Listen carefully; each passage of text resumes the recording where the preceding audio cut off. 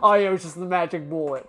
Oh yeah, clearly it was just the magic bullet. You can't. We can explain. The bullet just somehow ricocheted in his body several times and came out his skull and imploded it on the side of the car.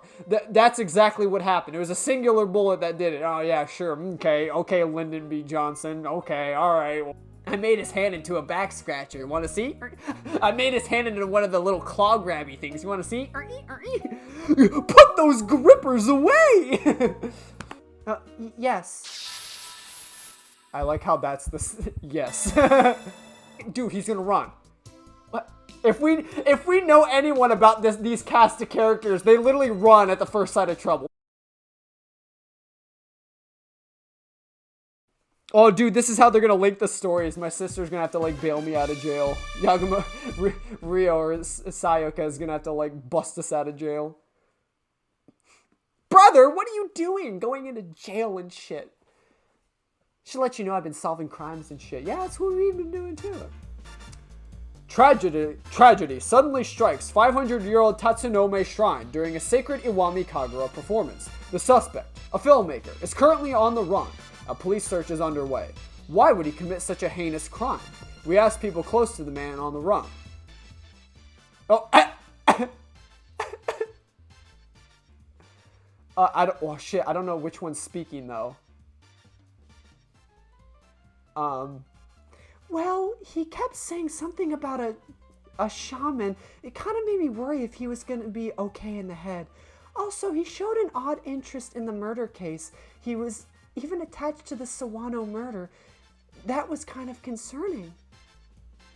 Did he seem like the type to do such a thing? Okay, no, so I did do it right.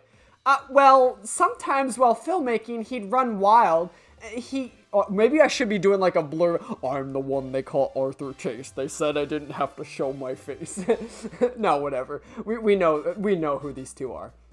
Well, sometimes while filmmaking, he'd run wild. It gave me the chills while watching him from the sidelines. When he runs wild, it's like he loses sight of what's in front of him. And he doesn't stop. Yeah, I wouldn't be surprised if he killed a man. It was only a matter of time. Yep, besides, he's the type to ask for receipts for every little thing. A petty penny pincher. And right before the incident, he forced me to do a swimsuit shoot. His gaze seemed to give me goosebumps. Oh yeah, that was real creepy. Oh no, and I kept telling him about, telling him to close the toilet lid in the office bathroom, but he never listened. He always forgets his handkerchief, so he wipes his hands on his pants after washing at shrines. And also, are they really just here to... There was also that time when... These motherfuckers! They really ratting out on everything I do. Are they even... These motherfuckers, do they really think I committed murder? Or are they just like... This is just their, like, moment of sunshine to just say how much they hate Max. That's fucked up. I trusted you. You were the chosen one. You said you would destroy the Sith, not join them. Bring balance to filmmaking, not leave it in darkness. Whoa.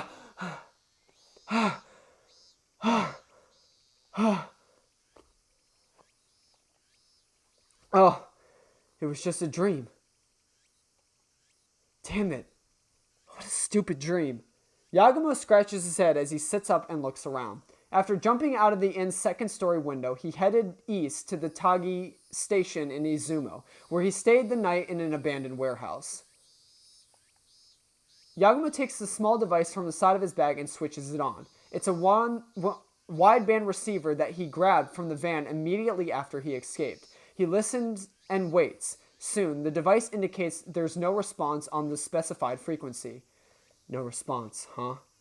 Since police mostly use digital radio now, it's already impossible to tap those signals. But if a local police still used analog radio, then this device can pick it up. Doesn't look like they've sealed off the perimeter yet.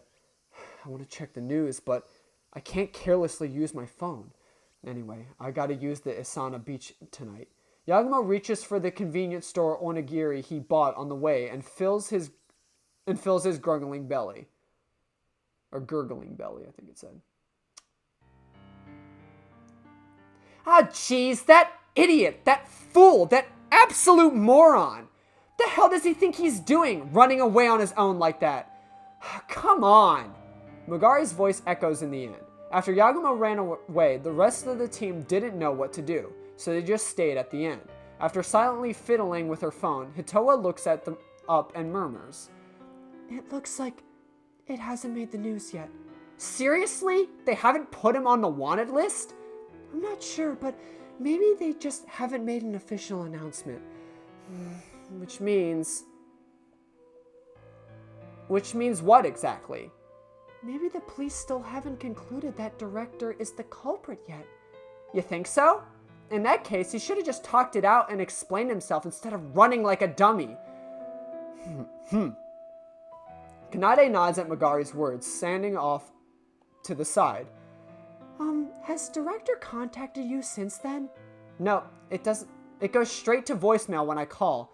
He probably turned off his phone. I see. A heavy silence falls between the three of them. After a while, Magari stands up and shakes it off. Shake it off, addressing the other two. Well, no point in moping about it. Why don't we ask the old man Masawa what's up? Yeah, good idea. Maybe they've tracked him down. We could also ask the guy in the trope who was director's classmate. Oh, Tomine, was it? Yes, that's right. We can ask Tomine. Maybe he contacted him since they're friends. I see. Good point. Well, let's go. Okay. The three of them drag their heavy bodies out of the room. Interesting. So now we're playing as these three. Huh. What a crazy turn of events. Ooh. Good shit. Okay. So I'm assuming right now we're playing as Magari, Hitoa, and Kanade. I don't know. I'm assuming like Magari. I guess as a placeholder while Yagumo is currently on the run from the fuzz. Yeah, I wasn't really expecting that. I mean, I guess I should have, but like they kind of hinted at it. They foreshadowed it when they said like, oh, when he brought up the whole like, oh, you got gunshot residue on you. But then he was like, oh, I'm just joking around. Everyone had gunshot residue, but JK, unless, you know what I mean? So yeah, I guess here we are. I guess let's get into it. Let's unframe Yagumo. Let's figure out why he was framed. I guess I don't know. Somebody's obviously framing him because we didn't do it. We've been playing. We've literally been with Hitoa and Magari and Kanade this whole time. Like I don't think there was ever a moment where he left their sights, right? I mean, can't they just testify that? Well, I guess they probably would have testified that if they just took me into custody and we talked it out. But then I'm assuming Yagumo was like, I can't get caught now because obviously he wants to solve the case. And he'd be unsure because who knows, if the police take you into custody, they have full control over you. It's like, even if you know you're innocent, if you can't somehow prove that, they're gonna lock you up. And it's like, that was the worst case scenario. So he'd rather be on the run and almost seemed more like a fugitive, but he can still obviously gather clues and figure out why he was framed and who's framing him, and then blame the actual culprit behind it. Anywho, let's get into it.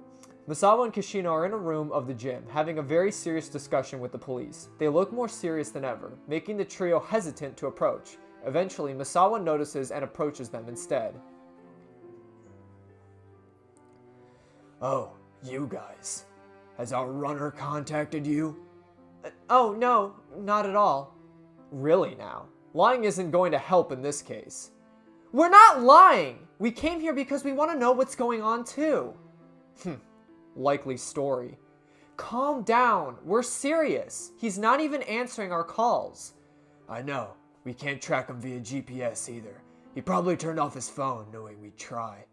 Oh, So that's what it was. The director's such a cunning guy. What? Oh, I meant in a bad way. May I ask something? What? What's going to happen to the director?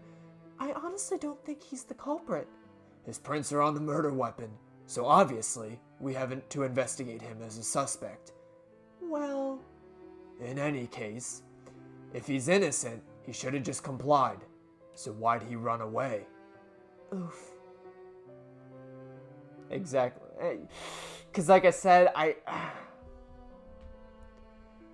I kind of get it. Because that's kind of like how it is in most, like, police movies or something like that. Your worst case most of the time, if you yourself are, like, being your own private eye, like, as a civilian, you're being your own private eye, the worst case scenario is to...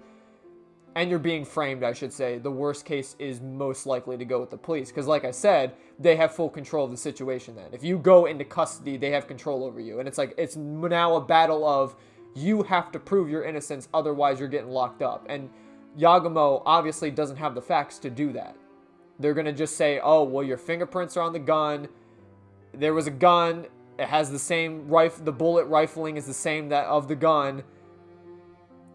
There's clear, solid evidence right there that it's going to point to Yagumo. And if he can't contradict that, he's getting locked up.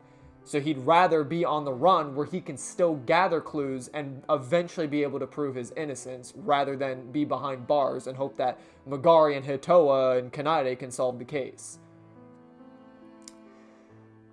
Hitoa, you're a kind woman, but a guy like him's just abusing that kindness to deceive you. To deceive me? Yeah, that cold-hearted killer deceived you into thinking he was nice. Forget about him. Besides... We just got a formal arrest warrant for him. Huh? Wait. Arrest warrant? As in, an arrest warrant? Yes, he'll also be put on a wanted list. So he's promoted from suspect to wanted suspect.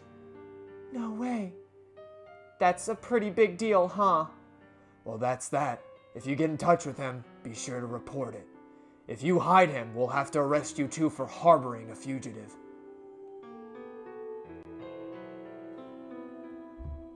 Oof. Delicious. Sipping on my brand name beverage. It's getting excited. My toes are curled, dude. I'm ready. The three of them must be shocked at the news of Yagumo's arrest warrant. They weakly nod at Misawa's warning as they leave the room on unsteady feet. Well, I guess let's go to the community center and just fucking... Very few people are still waiting on standby at the community center. Among them are 3 trope leaders huddled together in discussion. Can we talk?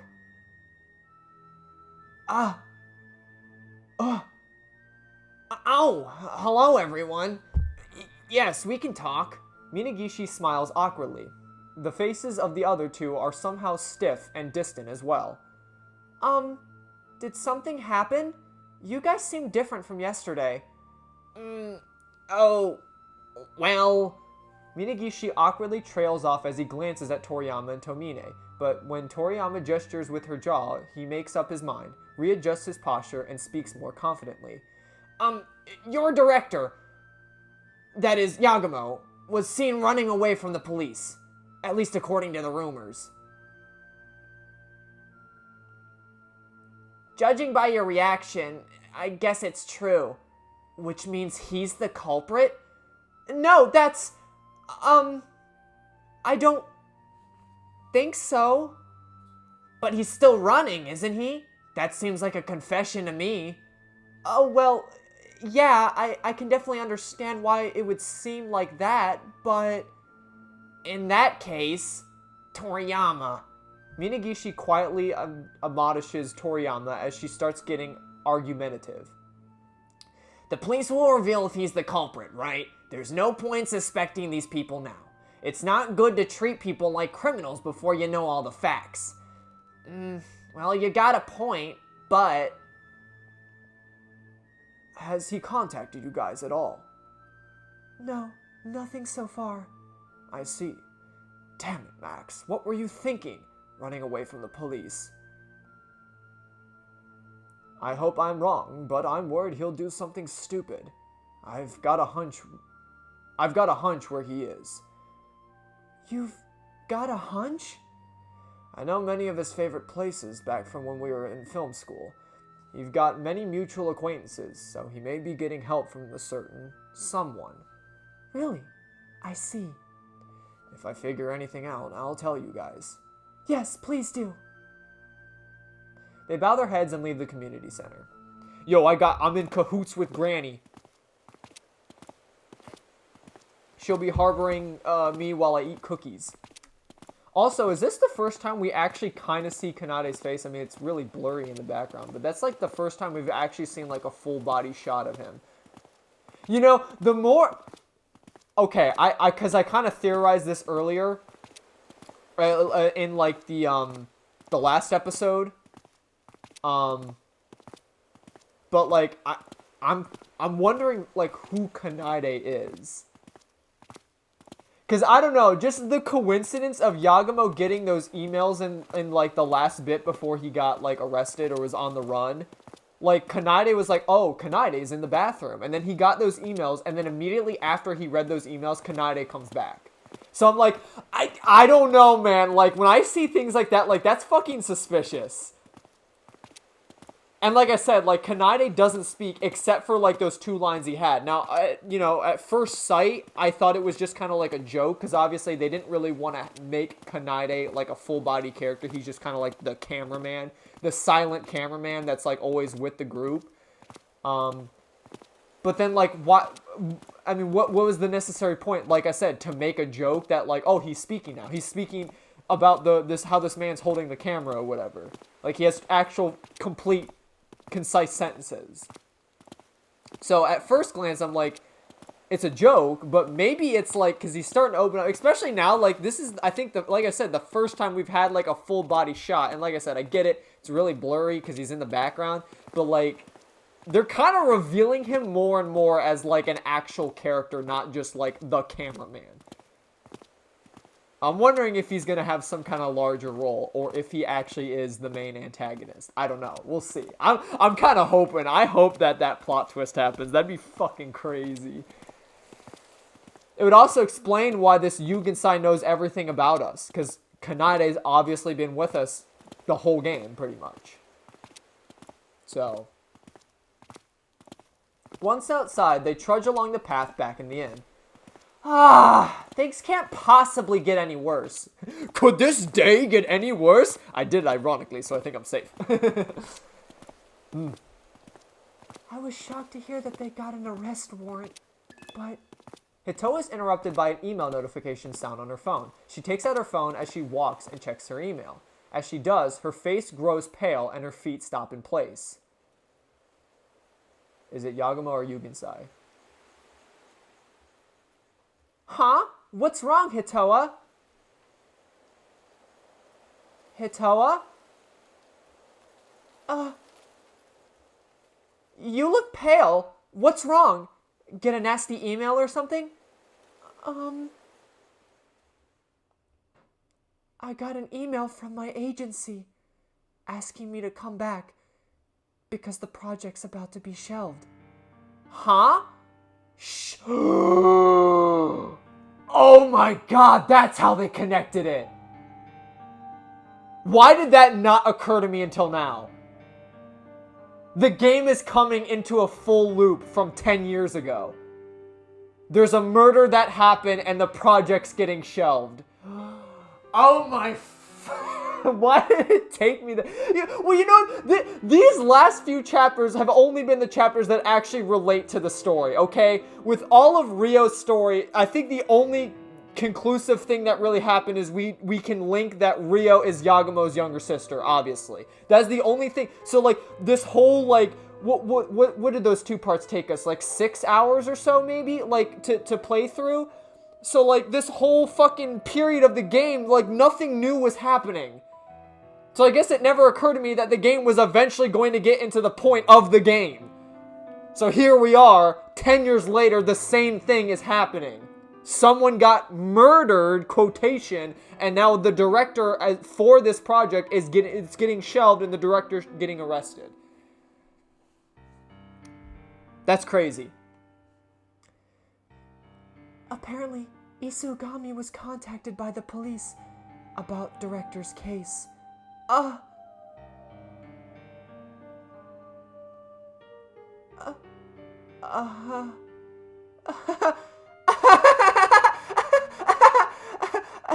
I see. Aine? Well, yeah. Can't have a project when one of your directors is on the run for murder. That totes hilarious. Aine, Come on, Hitoa. You gotta go back. Huh? Hitoa, your career's at stake. You gotta distance yourself from us before the media catches on.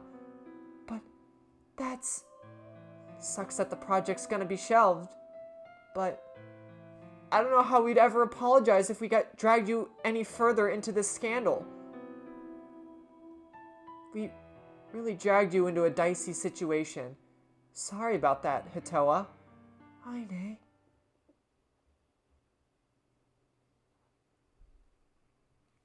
It's getting real dicey.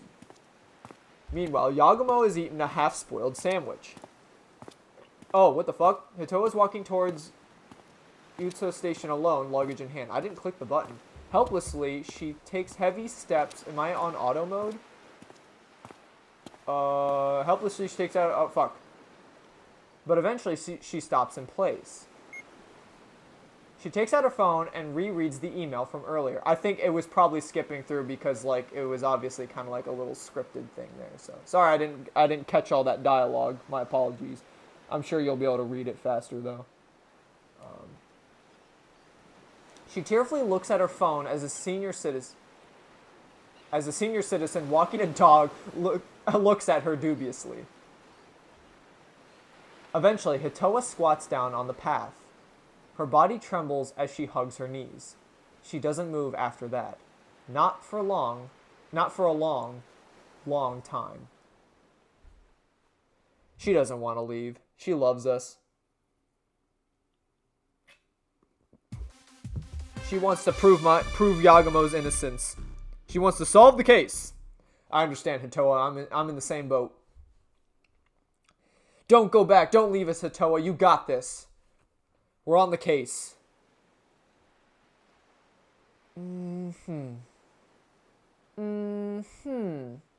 Yes.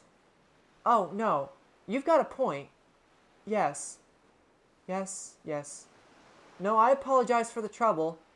I apologize for the trouble Yagumo has caused. Yes. Okay. Megari presses the end call button and lets out a long, long sigh. How was it?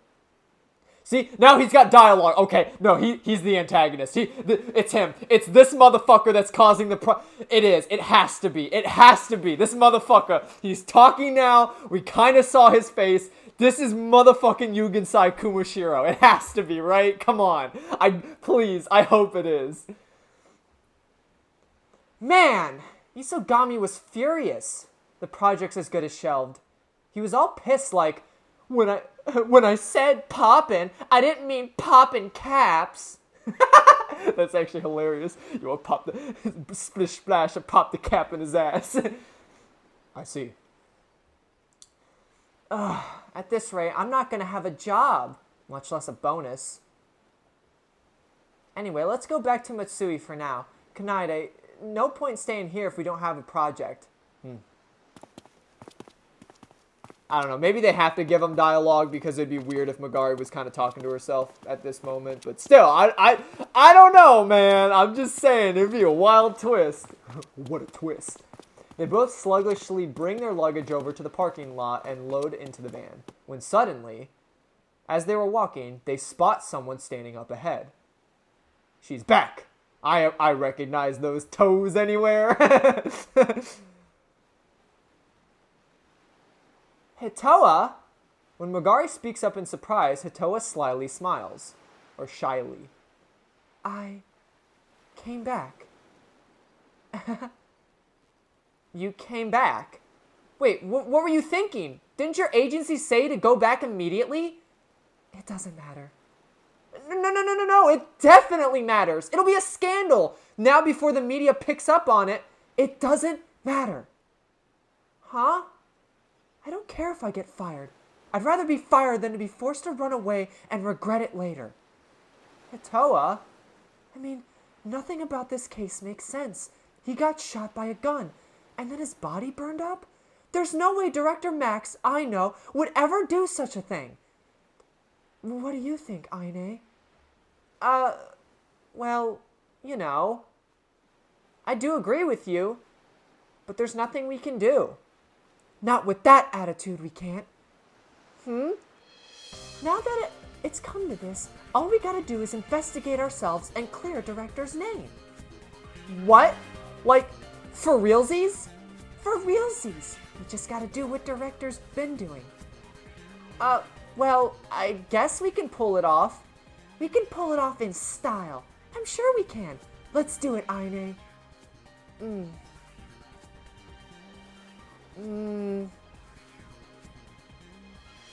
Well, why not? Never know until you try. I do want to believe in Director, and I can't just give up on my bonus. Bonus? Oh, never mind. That's not important. Anyway, Hitoa, have you always been this assertive? What are you talking about? When the going gets tough, I'm a go-getter. Oh, I see. Well, I guess this side of you is fine too, Hitoa. There it is! You can see his face now! This motherfucker's been behind the whole scandal! If that's how things are going, I'll help too. Huh? You too, Kanade? But are you sure? Of course. I owed a lot to the Director. I'm sure he's got his circumstances. Oh, that's a big help. In that case, let's go, team! Yeah, let's solve the case and save the Director. Yeah!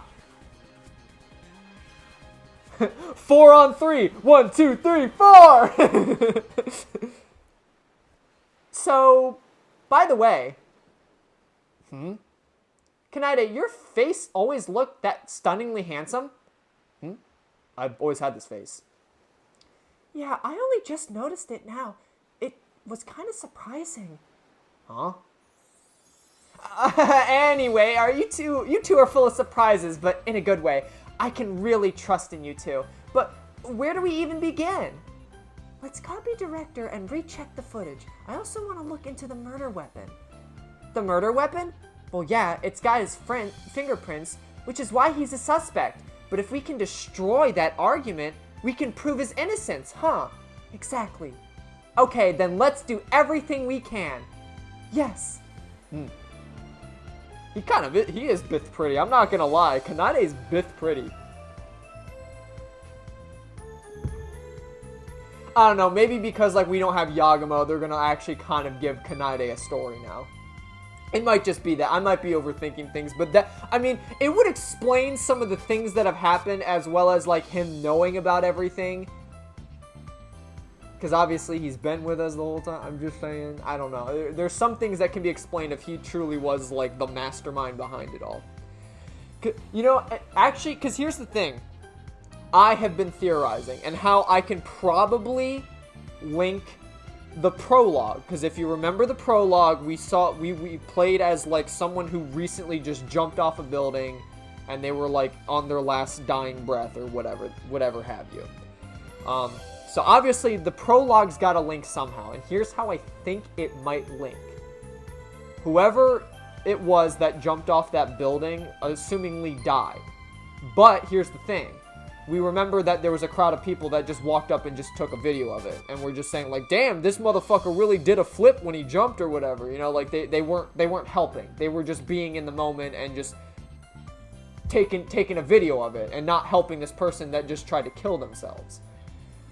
I'm assuming a significant other, a family member, a friend of whoever that was that jumped off noticed that this happened.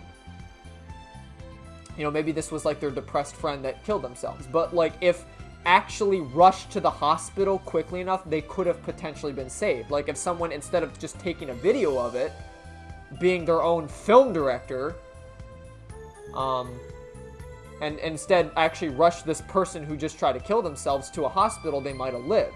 And whoever, like, this third party, maybe this Yugensai Kumashiro is,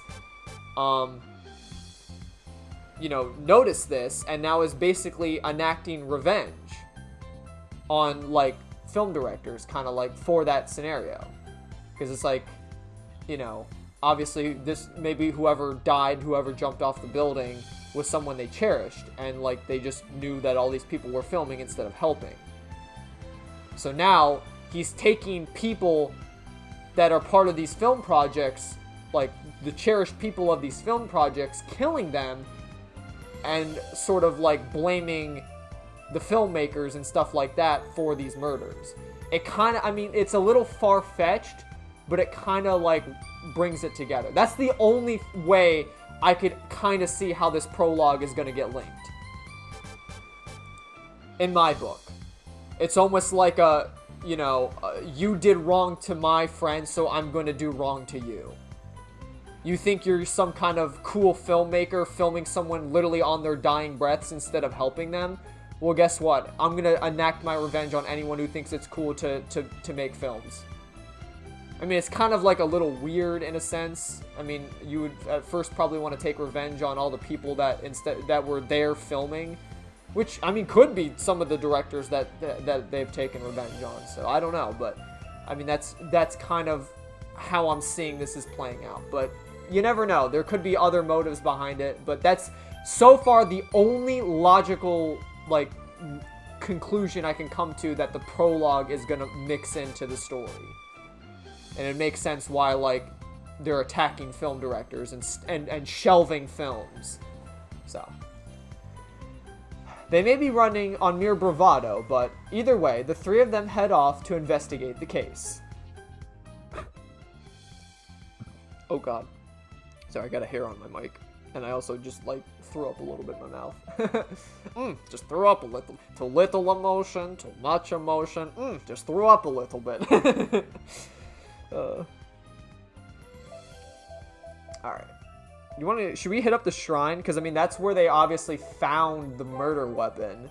So maybe we can find some clues, because obviously Yagumo wasn't the one who disposed of the weapon there. So there might still be some clues as to who might have actually disposed of the weapon. Hina Shirashi standing in front of the Tatsunome shrine, doing nothing in particular but staring. She's probably thinking about her lost lover. She doesn't seem to notice the passing pedestrians and police officers.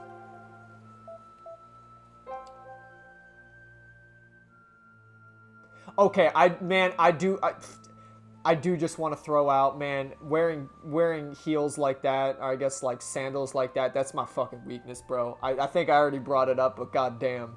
God, those look so good on her. Anyway, Shirashi. It's only when Hitoa hesitantly calls out to her that Shirashi finally notices their presence. She turns around and rushes up to them. Is it true your director's the culprit? Huh? Oh, no, that's... But I heard that Yagumo's running away from the police. He's the one who shot Toru, isn't he? Where did he go? Please, calm down. Listen to what we have to say. You're his accomplices, aren't you? I'm not listening to a word you say. You know where the culprit is, don't you? Please report him to the police, or are you harboring him? No, Kanade helplessly tries to soothe the combatant Hina, and then... Director isn't the culprit! Hitoa cuts in with a decisive voice, not taking no for an answer. But, I repeat, Director isn't the culprit. We know he's not the type of person to do that.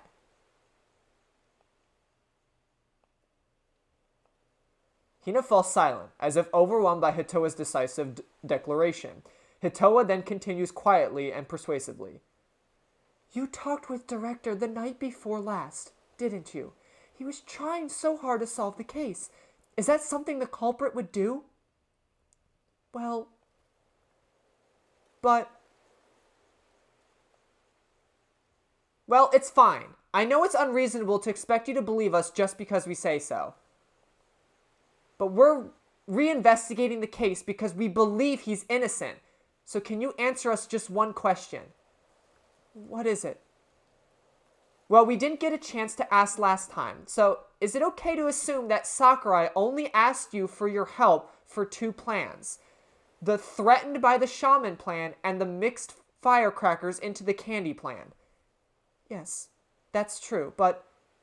So did you also switch the smoke candles for the more intense ones? No, I wasn't told to do that. So she didn't switch the candle. Oh, that's actually kind of goofy. She got a little notepad. I love it. Also, I guess the whole like synesthesia thing is kind of like, oh wait, no, you're right, she's writing it down. That's how they get over that she doesn't have synesthesia. She has her little notepad that she's writing it down on. Okay, that's actually kind of ingenious. I like it. I like the little mix up, because obviously Yagumo and Sakuya, I'm gonna say, because we obviously know Ryo's Sakuya. Yagumo and Sakuya both have synesthesia, so they can just remember the words in their head. But Megari, I like the little play where then Megari has to write it down on a notepad. So it's not synesthesia, she's just writing it down. That's actually a neat little detail. I like that. She or she wasn't told to switch the smoke candles. But that changes things. So she didn't switch the smoke candles.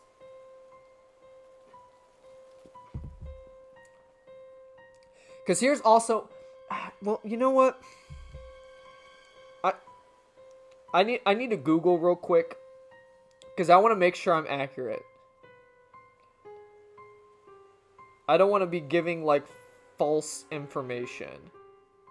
I think I'm not too far-fetched, yeah, because, I mean, I was at least right on that sense. Because now that I think about it, I know some people make art with gunpowder.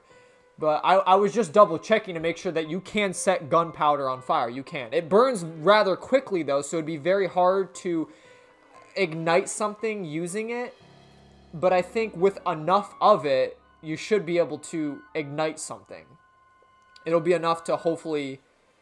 But now that, because like now that I think about it, I know some artists, you know, they like, you know, kind of like draw something in gunpowder and then set it on fire, and then obviously it's gonna burn, and like the ashes of the gunpowder or whatever, like burn to the canvas and then make the portrait, which is really interesting. But yes, gunpowder can ignite. So I'm kind of on that sneaking suspicion that the candles were also potentially burning gunpowder, which is how the body got set on fire. If that makes sense. I don't know. That might still be a little far-fetched, because at the end of the day, it's not actual gunpowder. It might be gunpowder smoke. Because the firecrackers would probably be only enough to make the spark. You know what I mean? Because I don't think there would be enough gunpowder or explosive in the candies to ignite a body. I feel like they're probably only there to make the spark. You know what I mean? So I'm wondering if there actually was potentially just gunpowder mixed in with the smoke. It would also explain why there was like gunpowder residue or gunshot residue on multiple different people. Because like if there was just like gun residue everywhere, then like multiple different people would have it on them. I can't, unless, you know, the candies had just gunpowder in them and like the firecrackers. Because obviously you need gunpowder to make a firework. So that might just be the case. But then again, like, wouldn't that only... No, I guess you're right, because it would be on... If people, like, touch the candies. Yeah, it might be a little far-fetched. It might still just be regular smoke. I might be off on that theory, then. I think the only thing that might have had, like, gunpowder in it is the candies. For, like, the whole firecracker deal. Crackers! Alright. I see. That information's probably important. Yeah, I don't know if we can pull this off like director, but we gotta jot down anything that sticks out. Later, let's go see Toriyama again and ask her if she's got any idea who switched out the candles. Megari quickly types out Hina's words in her phone before giving Hina a smile. Okay, as promised, this one answers all you need. Thanks. Huh? Really? Yes? It's not like I believe it in this Yagamo guy the way you all do. So please stop bothering me. Huh? Hina seems to be done with the conversation as she turns around and runs away. As she watches her run, Megari scratches her head and sighs. Oh boy, she must hate me, huh? It's understandable. She's got a lover's death on her mind. Are you okay? Are you okay, Hitoa? I'm fine. I just got a bit carried away, I guess. Here, you have some choice words for her, huh? That was a bit surprising. But that's genuinely how I feel. I'm glad you'd go that far to defend our dumbass director. Well, since Hitoa got a bit carried away, why don't we take a little break? We got one fucking clue and let's go have some lunch. Good job, team. We did it. We solved the case. We got one clue. Yes, let's do that. It'd be for the best. Okay, I'm sorry. Luckily, once they get under the shade, a cool, gentle breeze blows. The three of them rest as they chat and rehydrate. We got one clue. Alright, game time to rest. Oh my god. That's goofy. The taped off area is a bit smaller than yesterday. It's pretty much just the shrine building itself. They're probably done searching the area. I wonder if they found any new clues. If they did, I'd like to know, but I doubt Detective Misawa would talk.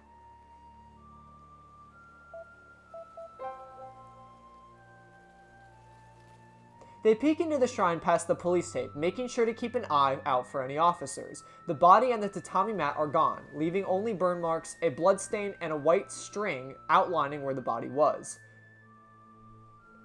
Okay, so the thing is, what I've heard is that, like, that's bogus.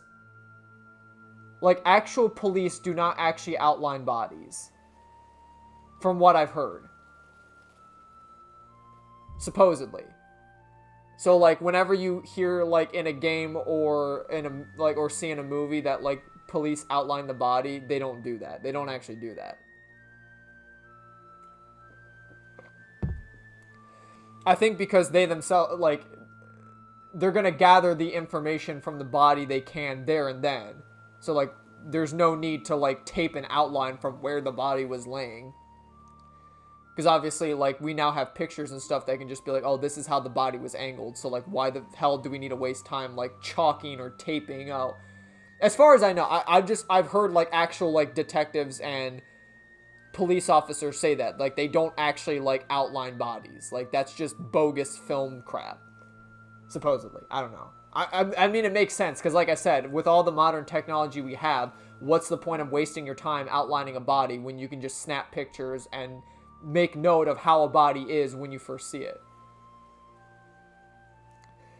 If anything, I wonder if, like, maybe they might create outlines if there's no body present. Like, just to get a better idea of, like, okay, if the victim was standing here. But even then, most of the time, I'm sure they probably actually act it out. You know what I mean? Like, they'll go and stand, okay, I think the victim was here, so they couldn't have possibly been shot from this direction or something like that. You know, like, they piece it together more in their head rather than, like, well, let's draw some chalk on the ground and make sure we know where the body is. I don't know. The tatami mat, huh? Does anything bother you about it? Something does bother me, but what exactly? I'm not so sure myself. We should have footage from the tatami mat. We can check it out again if it bothers you. Good idea. I guess we should do that.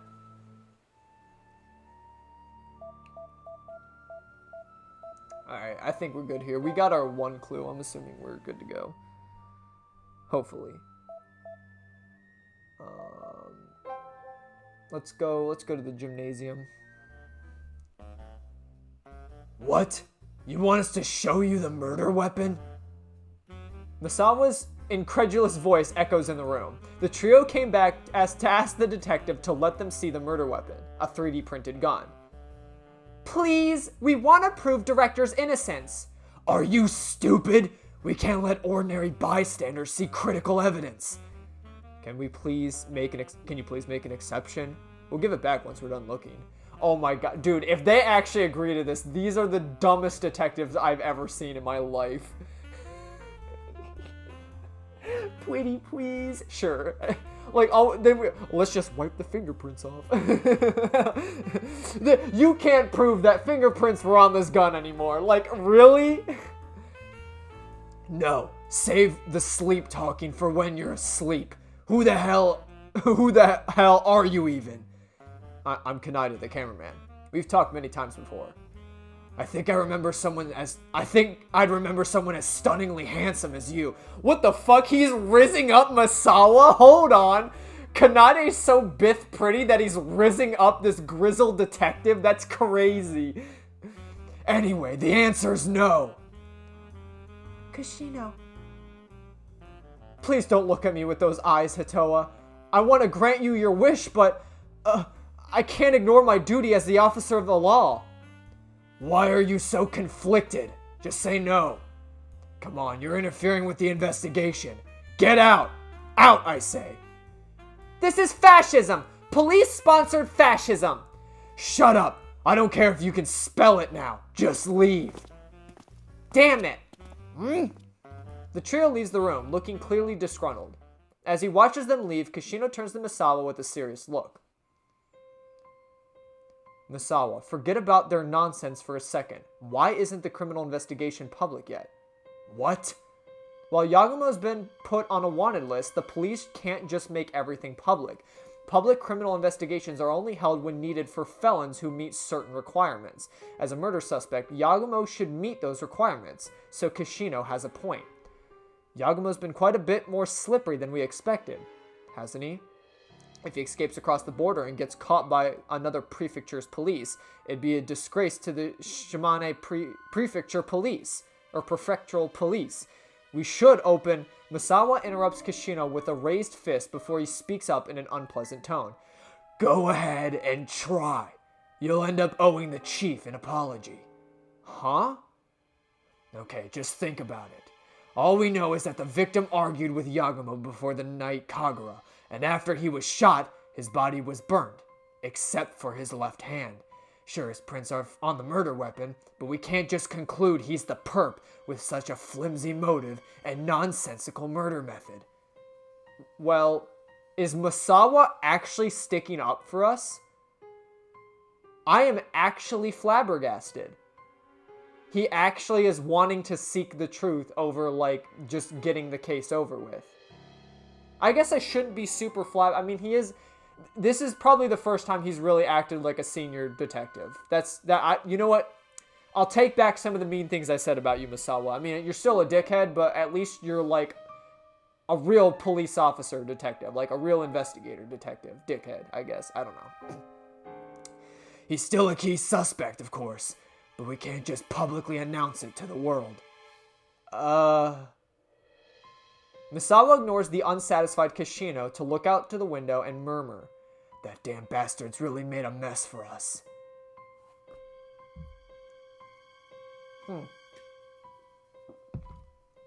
I am starting to think he also, I think, partially believes that it's not us. Which is good, good on him. I'm glad Misawa at least is, like, using his noggin as, like, you know what, these clues aren't really lining up. I really think this was just a wrong play. And yeah, I mean, fuck, Yagumo's, he's been there with Yagumo on, like, all the other cases, so, like, at some point, you gotta sit there and realize, I think these people are just at wrong place, wrong time. Like, they would never commit a murder, it's just wrong place, wrong time. So, obviously, he probably thinks they're at least somewhat, in a sense, getting framed. Or Yagumo's getting framed, I should say. Alright, let's check the footage again, because I know that was, like, a big clue. Back at the van, they look for the footage of the tatami mat to clear up Magari's doubts. First, let's bring up the footage of the body. It should be the clear shot of the missing mat. I'd rather not look at that over and over again, though. Despite grumbling, Magari's desire for truth wins. She opens up the video file of the body.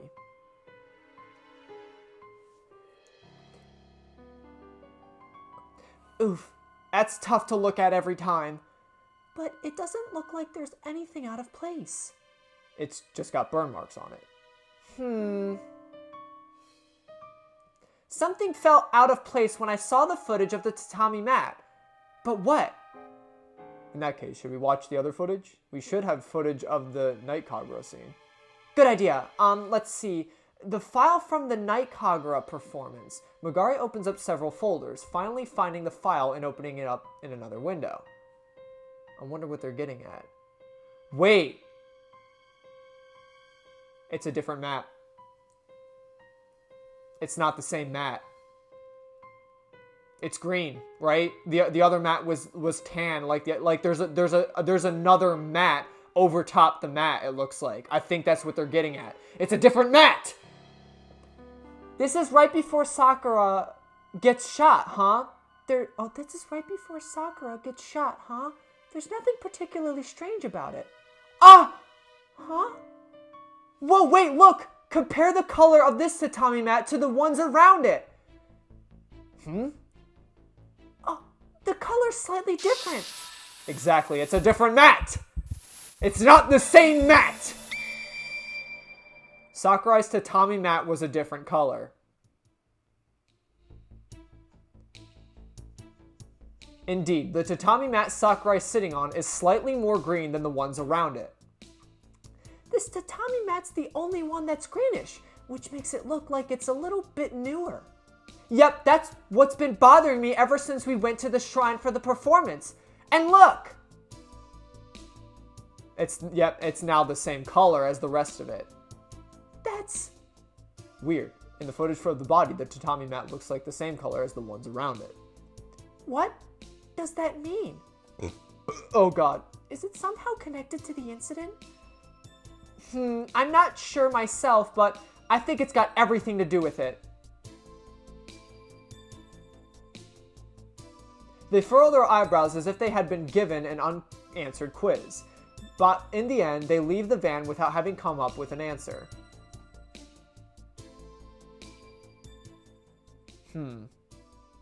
Could it be maybe...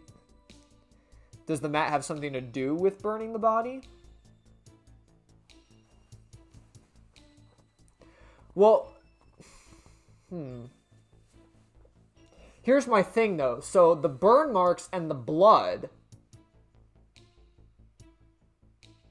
were on the actual normal mat.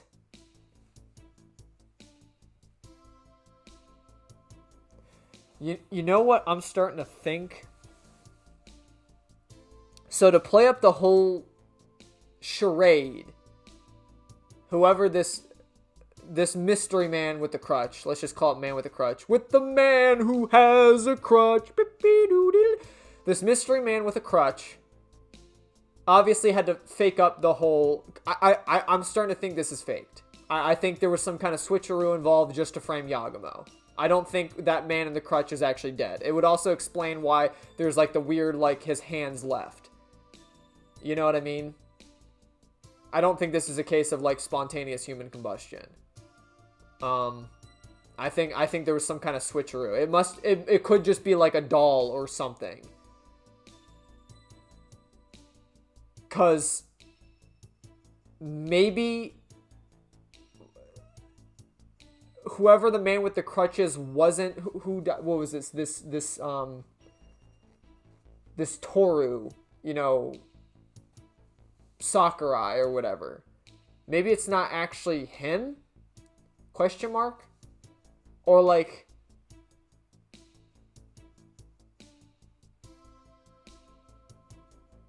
Maybe they like set up like the mat below with his like blood stains and everything. So that way like the police could like confirm his death. Something like that, maybe. I don't know. Well, then again, it wouldn't, because there's like a huge ass pile of ash. Yeah, I don't.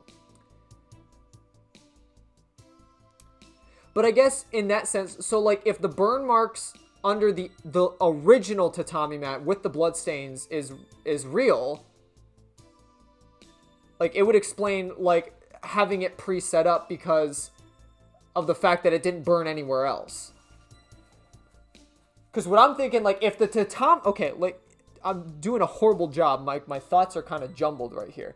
If the tatami mat was burned as little as it was with the blood stain, I feel like the blood stain and the burn marks were premeditated. Those were there before the show, which is why they had to place a green mat over top of it to hide the premeditated. Because there's no way if the place actually caught fire, it would go up in smoke. There's no way you're telling me that only a very minuscule amount of the fucking carpet caught fire.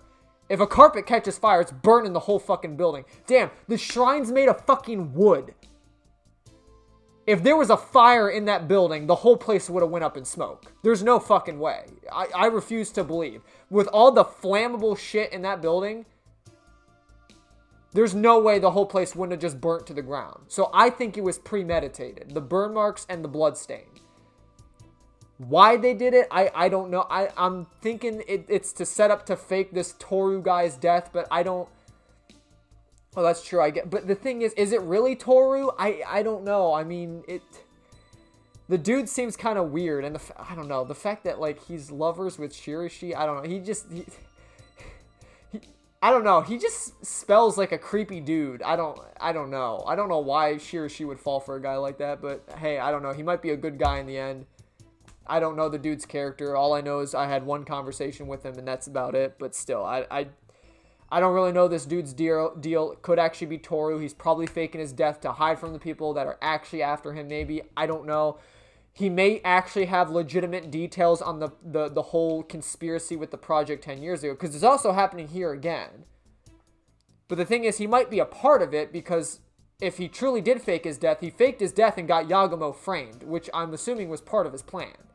So I don't think this Toru guy is a good guy. Whoever this man with the crutch is a good guy. I don't know if he's a good guy.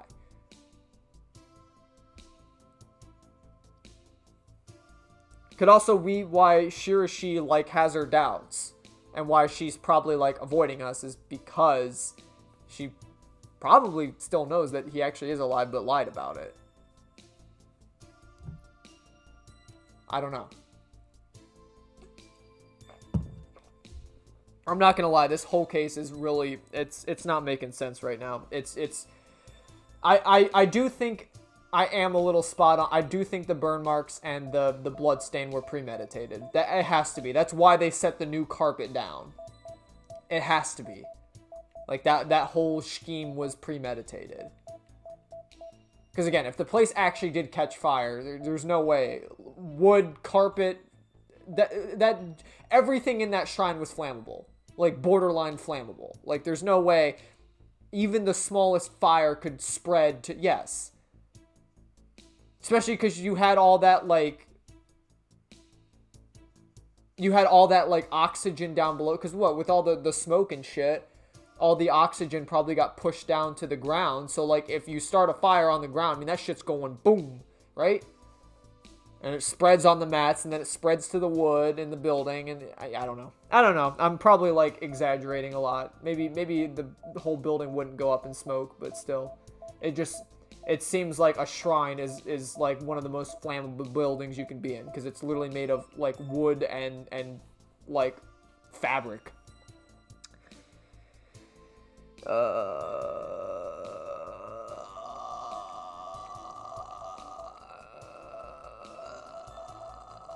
I mean, we haven't been back to the community center.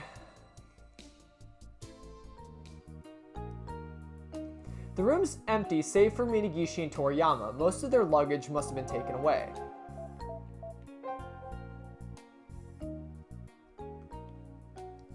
Huh? It's just the two of you? Yeah, Tomine left saying he'd look for clues. He wanted to save your director, apparently. Tomine did? Yeah, I told Toriyama if Tomine believes in Yagumo so much, then we should try to believe him too. Thank you. I really appreciate it. Oh, don't worry about it. I mean, we don't want to suspect anyone without any conclusive evidence. Right.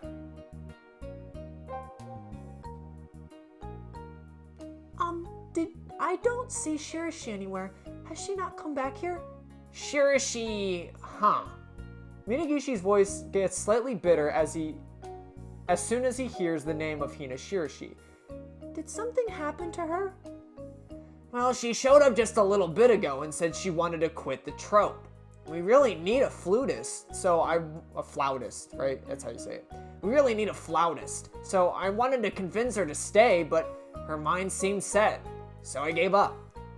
Oh. Well, considering everything that's happened, it's understandable she'd feel that way. Yes, I suppose so. So she up and ran now. Huh. Blaming Max Yagumo for running away, and that's exactly what you're fucking doing. We're in a jam here. Now that Shirishi's quit, I hope more people don't quit too. Is it looking like that'll happen? No, not yet, but I'm sure a murder would rattle more than a few people. I think it'll be fine. Everyone joined you because they wanted to, so they won't quit that easily. I see. Yeah, hopefully you're right. Alright, I feel like I'm getting nowhere with this guy. Hopefully Toriyama can give me a clue. Hey, I heard Tomine's a friend of your director. Do they go far back? Oh, apparently they were film school classmates. I heard they got along well ever since those days. I see. Well, if they go that far back, I guess it makes sense. What makes sense?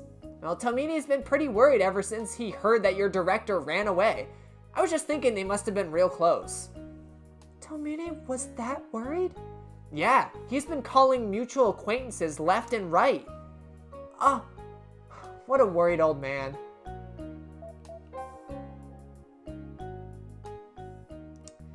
Toriyama, we asked about the smoke candles before. You said that the ones that were supposed to be ordered got switched out, right?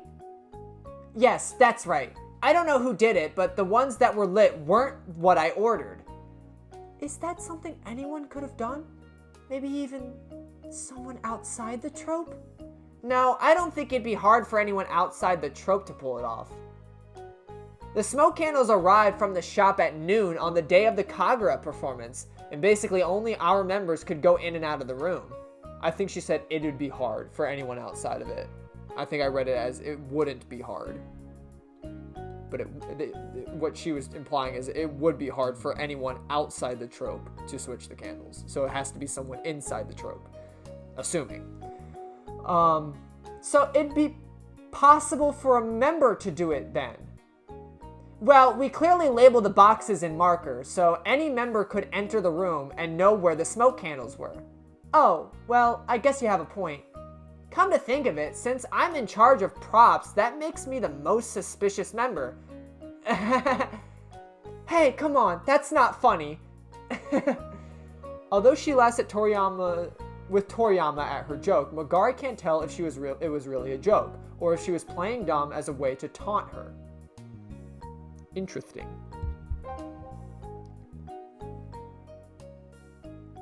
Oh, right, I heard Shirashi called it quits.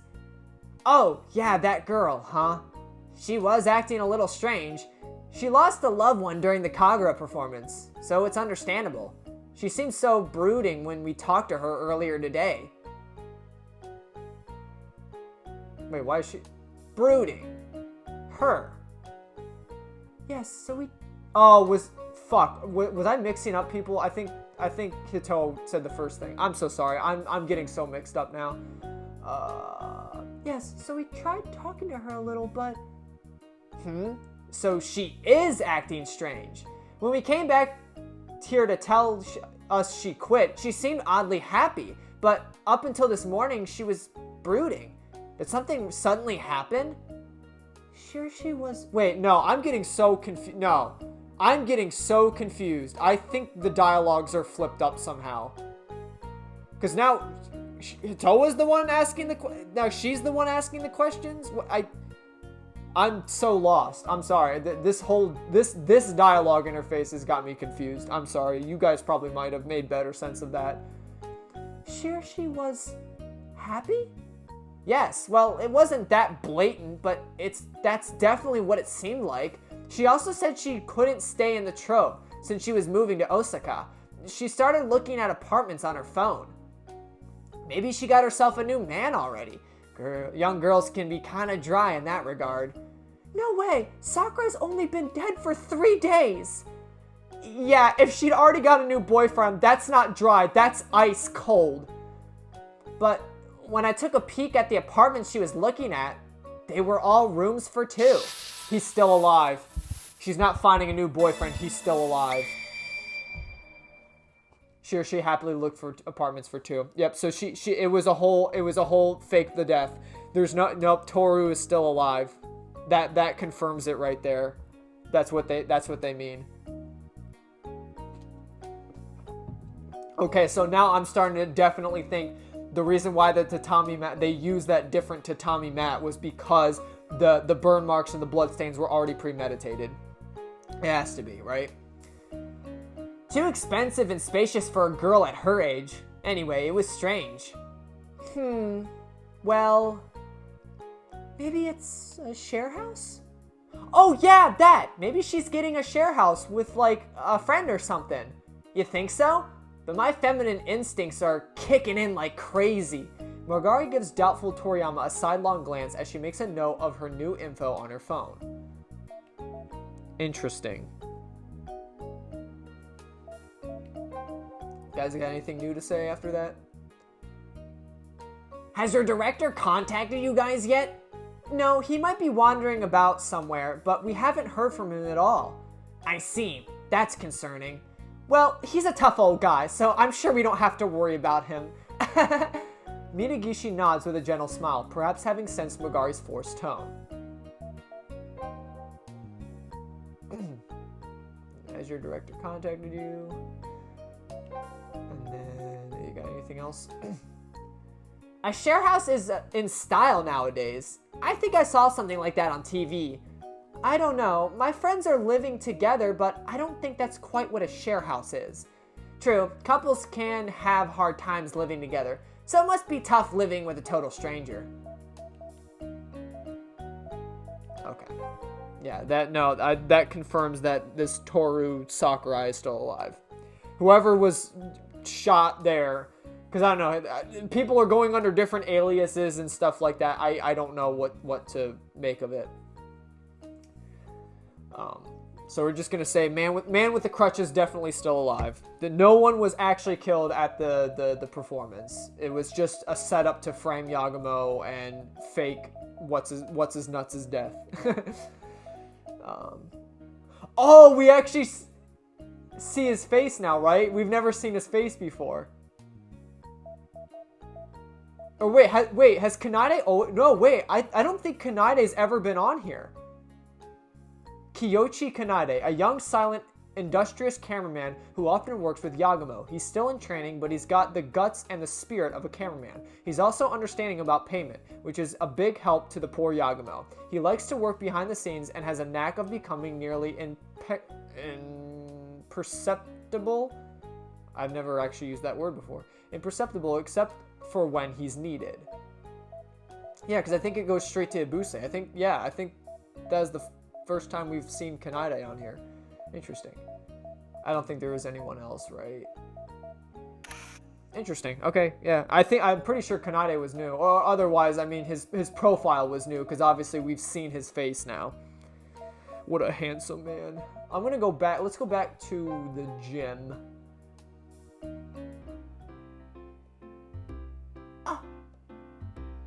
As they head to the Oda City General Gymnasium, they come across a familiar face. Oh, hello everyone! Hibiya is quite considerate, perhaps due to all the years of experience under his belt. Is it Hibaya or Hibiya?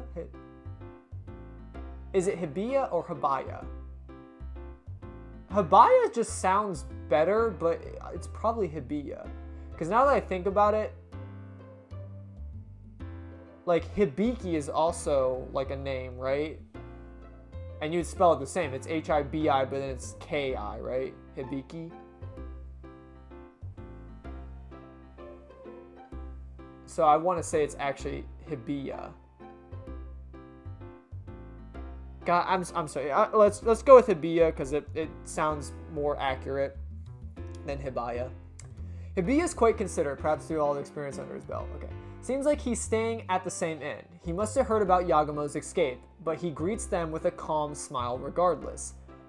Hello, are you out for a walk? Oh no, The detectives just called me over since they had some business with me. Business? As in another police interview? No, they heard that I filmed the incident too, so they probably want me to submit my footage. Oh, I see. They must want as many clues as possible. Yes, exactly. The investigation must be tough, so they're probably expanding the scope gradually. I was out walking this morning and saw lots of investigators near the Ebisu Shrine. They seem like forensic experts, so they probably discovered something thereabouts. Ah! Oh? Magari and Hitoa quickly exchange glances as they hear what Hibiya said. They don't say it, but they're almost certain that must be where the 3D printed gun was found. Perhaps noticing the change in the two girls, Hibiya smiles and waves his heads to the gym. As he heads to the gym. They leave after seeing him off. Interesting. Well, dude, this is a new development. We gotta go see. Just as Hibiya said, there are quite a few investigators at Ebisu Shrine. They're squatting down, seemingly giving the ground a close look. Definitely seems like where they found the murder weapon. Yeah, it does, but does this really warrant this much work? Obviously, the investigators have no time to talk with them. They try watching the investigators run around, but eventually give up and leave. Oh, I guess there's... Okay. Alright, I guess I can't really learn anything there. I guess let's head to the inn, because we haven't actually been there yet.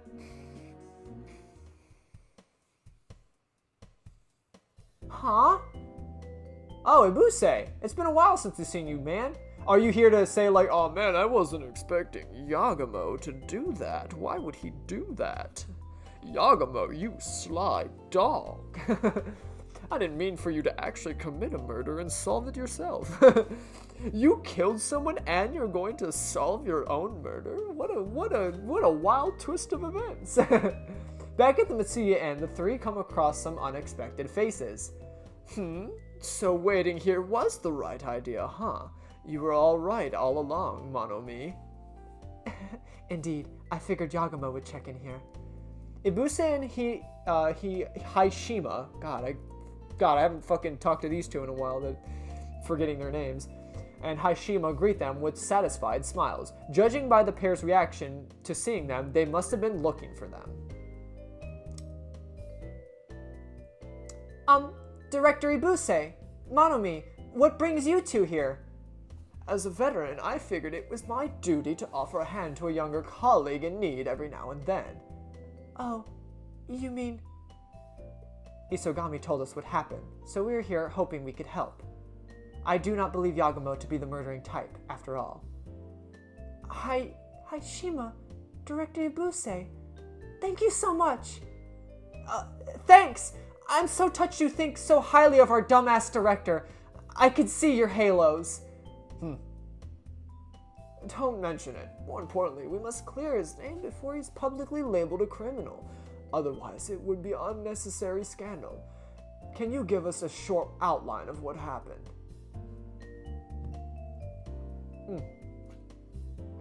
Woo!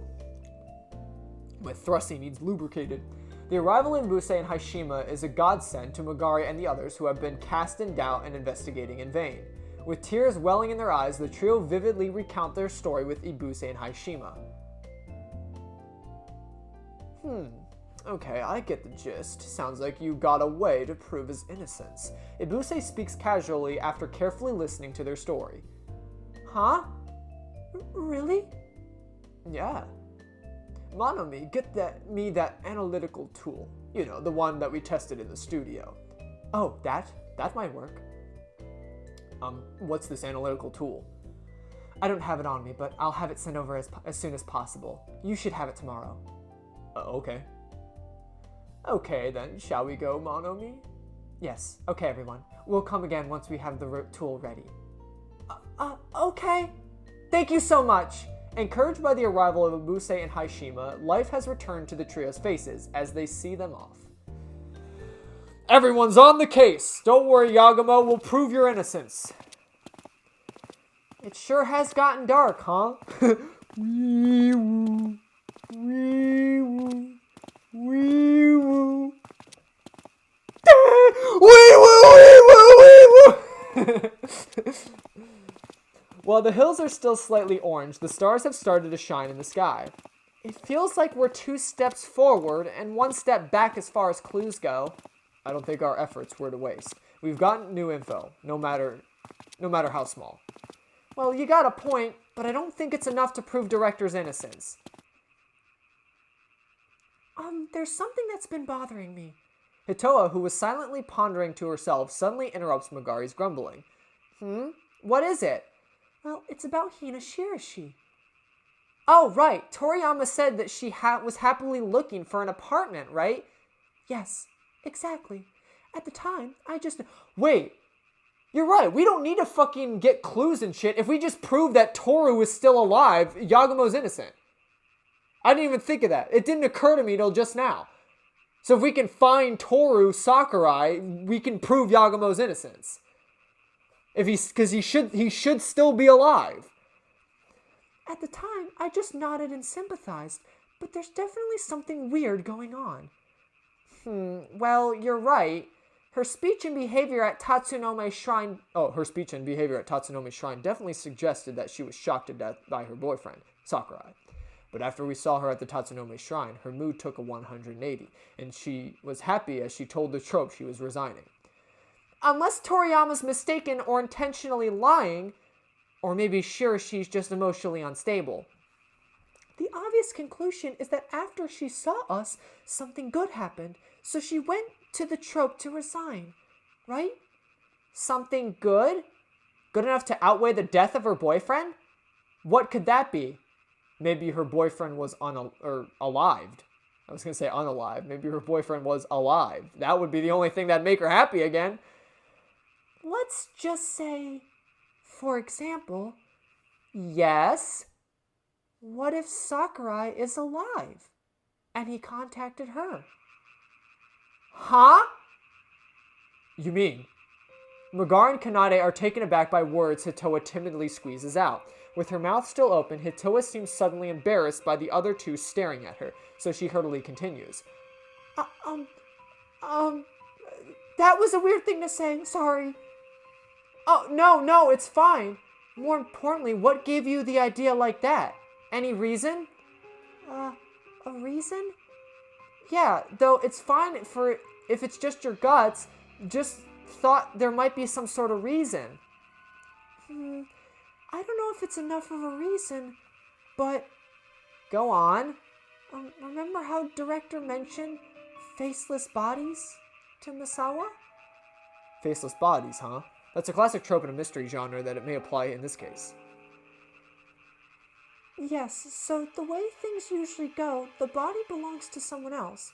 So I was thinking maybe Sakurai's alive, and the body is someone else's. It would... I've seen that trick play out in a bunch of mystery dramas. When director mentioned it to Misawa, he denied it, citing the severe blood loss and how director checked to see if there was no pulse himself. But if we can turn it around and explain everything, we can prove it was a faceless body. Yes, but I'm not sure how exactly we can do that. I'm on board with your line of thought, Hitoa. I think. Really? Yeah, I think it's the most logical way to explain Shirishi's sudden change. If my presumed dead lover turned out to be alive, I'd totally be down for moving in together, too. It's kind of weird the way you put that. Oh man, if my boyfriend somehow finally came back to life, I'd want to live with him. I don't know, it's a weird way to phrase things, I guess. But what about the blood in the leftover hand? Well, there's ways to fake that, right? But emotions are hard to fake, even for actors. So basically, judging from what we've heard from Shirishi's mood, that's the logical conclusion. I see. In that case, our quickest path is to solve any suspicions about the body, huh? Yeah, so if we don't... Why don't we head back to the van and check over the footage again? Hitoa and Kanade give a hearty nod as the three of them head to the parking lot.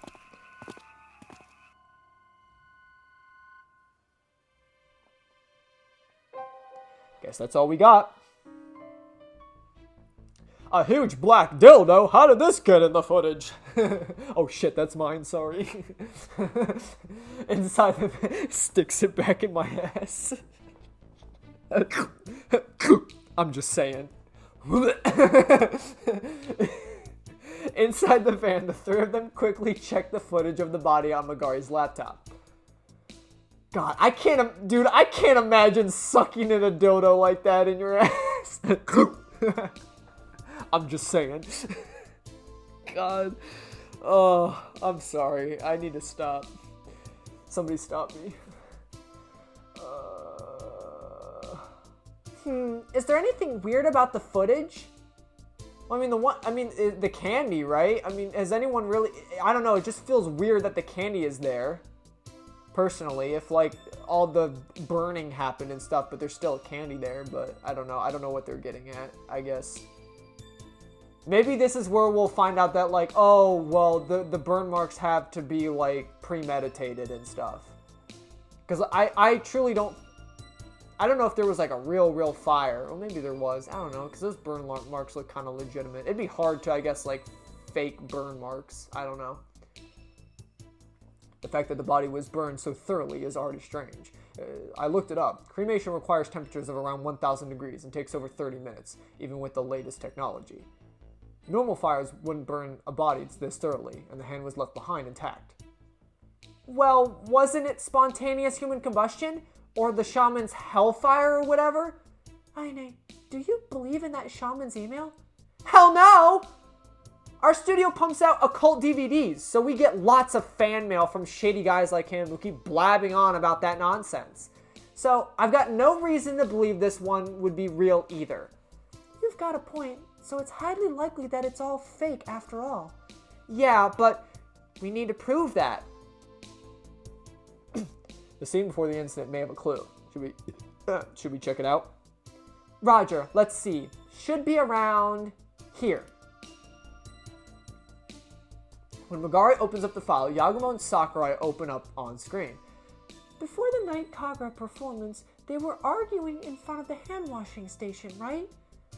Yeah, we can't hear their voices in the recording, but here he hands his crutch to the director. Sakurai's on video rinsing his mouth at the hand washing station after handing over his crutch. You know, I wonder if it had something... What? Wait, pause it right there for a second. Boop. Magari presses the pause button and asks. Hitoa silently stares at the screen as the others two look at her. At the other two. I said others two. Other two.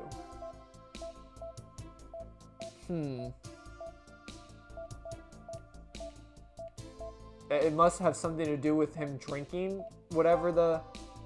Right? On the monitor, Yagumo can be seen glaring at Sakurai. So, at this point in time, didn't the director think that Sakurai was the shaman? Yes, he said as much. And as far as I can tell, Sakurai himself isn't denying it. That's strange too.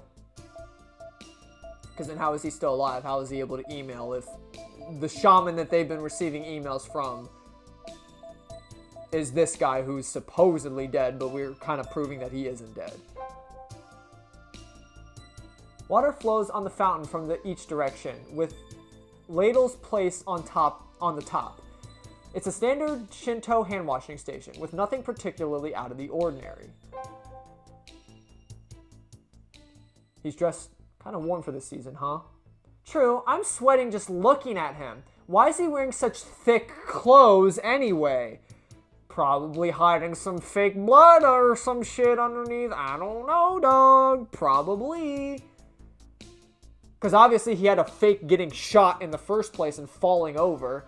And then he must have just used ninja focus to slow his heart rate down so that way Yagumo could pronounce him dead. Because it had to actually have been him there sitting on the map in that moment, right? So he somehow, like, stopped his heart rate. I just used ninja focus to slow my heart rate down. I don't know, but there might be an important reason for that. An important reason, huh? And like I said, he's probably also hiding like fake blood packets underneath or some shit. So that way when he fake got shot, he just had to plop over and there'd be blood already. They shot him in his spleen, which I now know is in like the top left like side of your abdomen. I guess, not your I said torso, I didn't mean to say abdomen. Like, it's on, like, the left-hand side of your, like, body. Like, up more in your, like, torso region. It's, like, kind of, like, I think a little bit behind your lung. Whatever, you saw the picture, I know. Stop laughing at me, I know nothing about anatomy. Though, actually, okay, if it means anything to make it up, the fact that I originally said, because he kind of was shot in that area. He was shot, like, right in, like, the top left kind of torso part of his body, supposedly. So, in theory, the fact that I said he got shot in the spleen and brought up the spleen, that's got to account for something, right? Like, so, I mean, it's realistic to say that he did get shot in the spleen. I just didn't know that was actually where the spleen was. So you can fault me for being stupid, not realizing that I was actually correct when I said that's probably where his spleen was. But then just not knowing and, you know, selling the fact that that is where the spleen is. Anywho.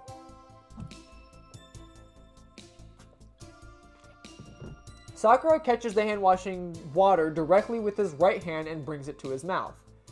Are they going to talk about the fact that he has gloves on? Is that what we're also getting at? Which means it could be true that he might have a prosthetic. And he could have just, like, left his prosthetic hand or some shit. I don't know. I'm just saying. There, something feels off. What feels off? Oh, that's it! Isn't it weird? When rinsing your mouth, you ladle the water with your right hand into your left. Yeah, he got the water directly from the spout with the right hand and brought it to his mouth. Oh my god, we're gonna talk about his improper shrine etiquette? Is that really gonna be a clue? Does he not know the proper shrine etiquette? That's not it. Even as he was handing over his crutch, his left hand hasn't been moving at all. Ah!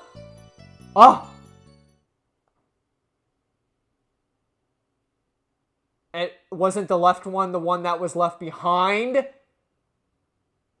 At that moment, Hitoa says that. Everyone in the van freezes and falls silent. Eventually, a stiff-faced Magari murmurs, "Guys, I had the scariest thought just now." Me too. Well, let's all say it on the count of 3, okay? Okay. Okay. 1, 2, 3. His hand was already amputated! The words that they say in perfect harmony echoed in the van. And that would make sense, because that was the one, I think, with the hand plate. It was the one that was left behind. So he has a prosthetic hand. Meanwhile, as those 3 voices echo in the van, after evading police pursuit, Yagumo reaches the Yuzuri Beach. That is, Inasa, right? Inasa Beach? Is that how you say it? I'm going to say Inasa Beach. This land was once sieged by heavenly troops until Okuninushi, ruler of Izumo, vowed to transfer the land back to heaven in the Kuni Yuzuri. Jesus Christ. Good grief. I stand out like a sore thumb all alone at the beach at night. If the police find me here, they're definitely going to question me. Yagumo keeps looking around as he checks the time. It's already 9:10 p.m. 10 minutes past the time Yugensai Kumashiro's scheduled in his email. Damn it! The hell is he dragging his feet for? Another 10, 20 minutes. Time passes without anyone showing up. What the hell's going on? No way. Yagumo takes out his power-down phone and stares at the black screen for a while, but eventually he makes up his mind and turns it on. Once it boots up, he gets notification after notification after notification. Isogami and Magari have called him over and over. He smiles wryly and swipes the notifications away. Eventually, he finds the notification he expected and quickly opens up his email app. Subject: you kept your promise. From Yugen-sai... What the fuck? Oh, I guess that's how it's always been spelled. I guess I've never actually, like, looked at his name properly. I don't know. For some reason, I thought it's been spelled differently. Kumashiro. Dear Max Yagumo, I confirmed your presence at Inasai Beach. I am ever so pleased you kept your promise. However, I must take caution as you are being chased by the police. Please look for 300 Hiroge. There, I will give you new instructions to see me. Soon, we will meet face to face. I can't wait. Damn it! Stop screwing with me, you bastard! Yagumo shouts in rage at the email that seems to be mocking him. He turns his phone off and runs, nearly tripping in the sand over and over.